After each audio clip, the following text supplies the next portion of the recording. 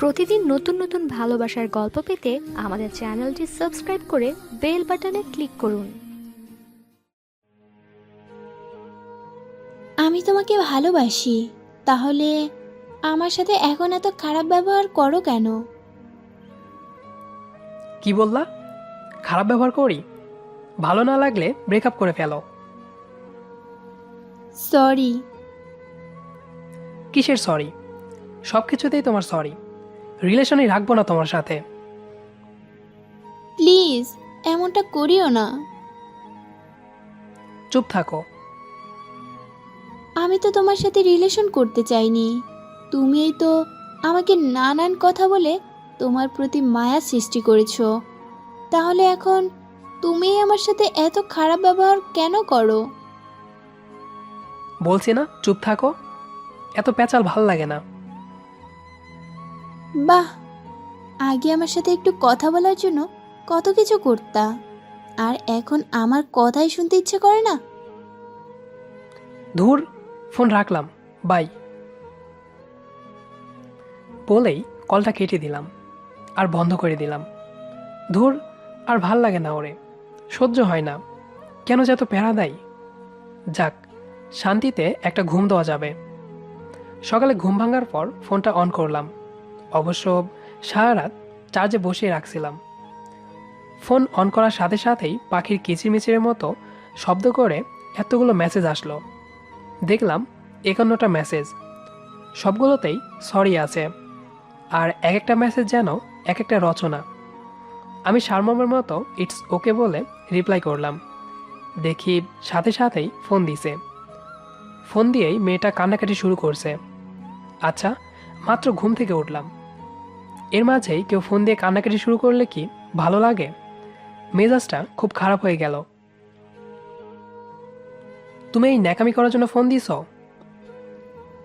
তুমি জানো আমি আজ সারা রাত ঘুমাইনি। তো আমি কি তোমাকে নিষেধ করেছিলাম? না, তুমি রাগ করে ফোন কেটে দিলা। আমি কিভাবে ঘুমাই বলো? জানি না, সকালে না খেলে খেয়ে নিও। রাখছি। খেয়ে নিও মানে কি? বলো যে খেয়ে আসো, পরে কথা বলছি। আজব তো, তোমার কাছ থেকে আমার কথা শিখতে হবে? ধুর, তোমার সাথে রিলেশন করাটাই ভুল হয়েছে। সব কিছুতেই তোমার ভুল ধরতেই হবে। আচ্ছা আচ্ছা, সরি, আমি খেয়ে নিব, তুমিও খেয়ে নিও। যা ইচ্ছে হয় কইরো, বাই। এই মেয়ে তো খুব আজব। শান্তিতে ঘুমোতে দিবে না, আবার ঘুম থেকে উঠলেও বকবক শুরু করবে। কেন যে এটার সাথে রিলেশন করছিলাম? অন্য কেউ হলে কবে চলে যেত। সারাদিন বন্ধু বান্ধবের সাথে মজা করে কাটিয়ে দিলাম। ও অনেকবার ফোন দিয়েছিল, কিন্তু রিসিভ করিনি। বন্ধুরা যখন বলছিল কী রে, এত ফোন দিতেছে কে, তখন বলেছিলাম আর বলিস না, একদম তেজপাতা করে দিয়েছে জীবনটাকে বলেই সবাই হো হো করে হেসে উঠলাম। রাত্রে বাসায় ফিরে নিজেই ফোন দিলাম। হ্যালো। এই, কোথায় ছিলা সারাদিন? কোথায় ছিলাম মানে? জানতে পারি নাকি? জানতে পারো, কিন্তু যেভাবে বলছো মনে হয় আমাকে সন্দেহ করো। না না, সন্দেহ না। তাহলে ফোন দিলাম, জিজ্ঞেস করবা কেমন আছি, কি করি, তা না উল্টা বলছো সারাদিন কই ছিলাম। আসলে কি তুমি জানো তুমি আমায় বিশ্বাসই করো না? রাত্রে খেয়ে নিও। ভাবছি অনেকক্ষণ কথা বলবো, তা না দিলা মনটাকে খারাপ করে। তাড়াতাড়ি ঘুমাই পড়বো। শুভরাত্রি। হ্যালো হ্যালো, শোনো। কি বলবা বলো। একটা কথা বলি, তুমি রাগ করবা না তো? বলো কি বলবা। আজ না একটা ছেলে আমাকে কল দিছিল। আমি নাম্বার চিনি না, তাই রিসিভ করছিলাম। ছেলেটা নাকি আমায় পছন্দ করে। পরে আমি ফোনটা কেটে দিছি, নাম্বারও ব্ল্যাক লিস্টে রেখে দিছি। এত হাসার কি হলো? ও, এক ছেলে পছন্দ করেছে, আবার ফোনও দিছে, এই কারণে মন খুশিতে নেচে উঠছে, তাই না? ছি, অন্য একটা ছেলের জন্য আমার কোনো খোঁজ নিলা না আজ? তোমায় অনেকবার ফোন দিছিলাম তো। ধুর, ফোনটাই কেটে দিলাম। মেয়েটাকে কষ্ট দিলে মুখে একটা রহস্যময় হাসি ফুটে ওঠে। সবসময় ঝগড়ার সময় ওকেই দোষ দেই, আর ও এতে নিজেকে অপরাধী মনে করে। আর কখনো আমার সাথে রাগ করলে ইমোশনালি ব্ল্যাকমেল করে বিভিন্ন কথা বলতাম, তখন উল্টা নিজেই আমায় সরি বলে। অর্থাৎ দোষ ওর থাকলেও ওকেই সরি বলতে হবে, আমার দোষ থাকলেও ওকেই সরি বলতে হবে। তো এভাবে চলছিল। সবসময় ওকে ঝাড়ির ওপর রাখতাম, অন্য কোনো রাগও ওর ওপর প্রয়োগ করতাম, কিন্তু মেয়েটা মৃদু হাসিতে সব মেনে নিত। ইদানিং সময় নামক জিনিসটাকে ওকে একদমই দেওয়া হয় না। হঠাৎ একদিন ও বলল ওর নাকি বিয়ে ঠিক হয়েছে। এটা শুনে আমার এত খুশি লাগছিল যা বলে বোঝানো সম্ভব না। বন্ধুদের সাথে পার্টিও দিয়েছি, মনে হচ্ছিল বাঁচলাম।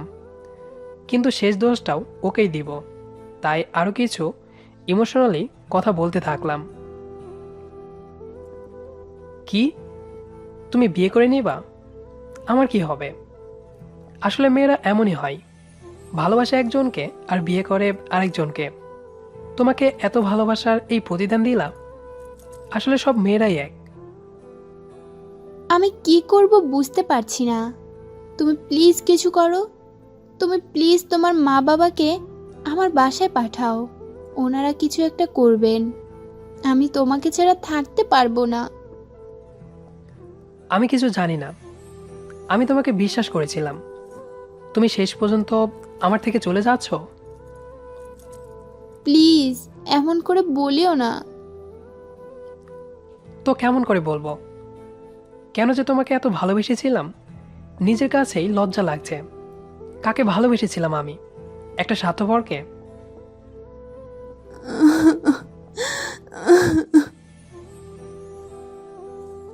মেয়েটা কাঁদছে আর আমি তো মনে মনে হাসছি। এভাবেই আরো কয়েকদিন চলে গেল। আজ মেয়েটার বিয়ে। ওর বিয়ে হওয়াতে আমি মনে হয় সবচেয়ে খুশি হয়েছি।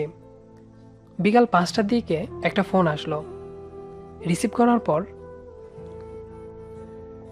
খুব ইচ্ছে ছিল তোমাকে নিয়ে বাকিটা জীবন কাটিয়ে দিব, কিন্তু তা আর হলো না। আচ্ছা, তুমি কি একটা সত্যি কথা বলবা?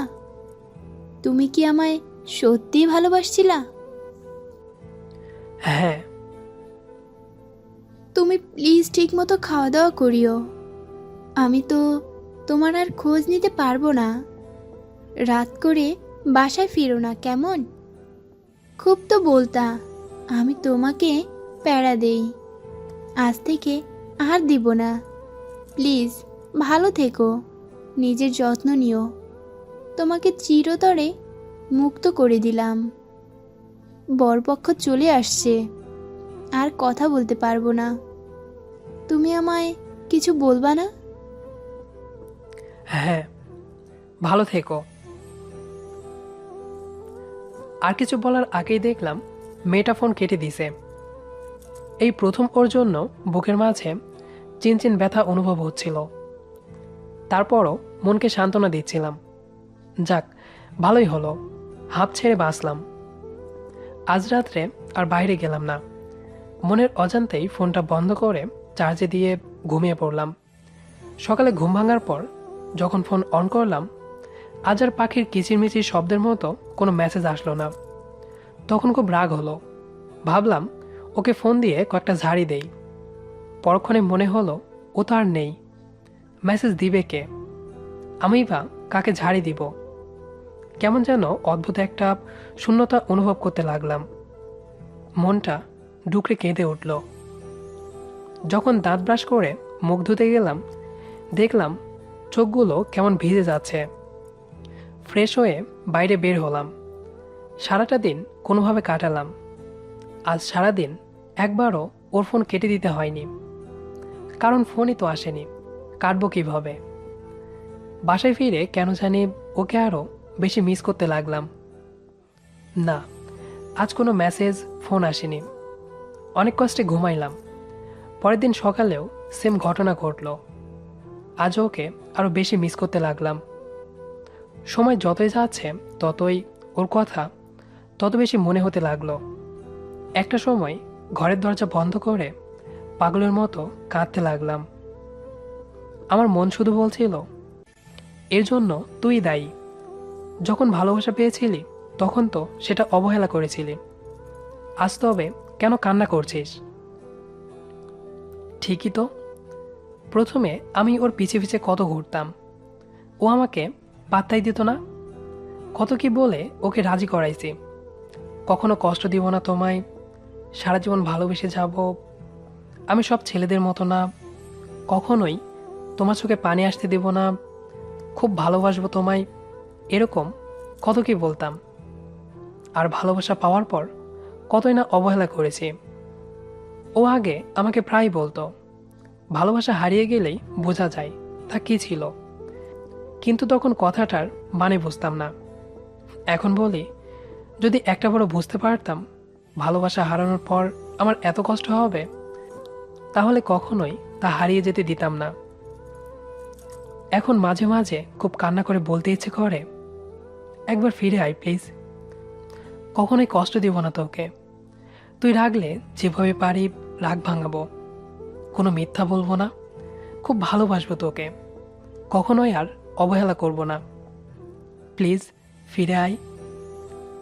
তোর সাথে যে খুব মন খুলে কথা বলতে ইচ্ছে করে। এরকম অনেক না বলা কথাই রয়েছে ওর জন্য, কিন্তু ও আর ফিরে আসবে না। আমার এত কিছুর জন্য তো আমিই দায়ী। ভালোবাসার জন্য এক সময় সবাই পাগল থাকি, কিন্তু যখন আমরা সত্যিকারে ভালোবাসা পেয়ে যাই তখন সেটাকে আর মূল্য দেই না। অবহেলায় তা হারিয়ে ফেলি। হারানোর পরেই বোঝা যায় তা কী ছিল, কতটা কষ্টের। ভেবে দেখুন তো, আপনি চাইলেই বাড়ি গাড়ি সব করতে পারবেন। টাকার জন্য, রূপের জন্য অনেকেই আপনাকে ভালোবাসবে, কিন্তু সত্যিকারে ভালোবাসা কি পাবেন? না, পাবেন না। তাই কেউ যদি সত্যিকারে ভালোবাসা পেয়ে থাকুন, প্লিজ তা হারিয়ে যেতে দিবেন না। এখন হয়তো তা আপনার কাছে বিরক্তিকর লাগতে পারে, কিন্তু যখন সেটা হারিয়ে যাবে বুঝতে পারবেন কি হারিয়েছেন জীবন থেকে। এক সময় খুব কাঁদবেন, কিন্তু আর ফিরে পাবেন না। তাই ভালোবাসাকে হারিয়ে যেতে না দিয়ে ভালোবেসে ভালোবাসাকে বেঁধে রাখুন। গল্পটি আপনাদের কাছে কেমন লেগেছে সেটি অবশ্যই কমেন্ট করে জানাবেন। আর নিয়মিত ভালোবাসার ভিডিও পেতে আমাদের চ্যানেলটি সাবস্ক্রাইব করে আমাদের সাথেই থাকবেন। ধন্যবাদ সবাইকে।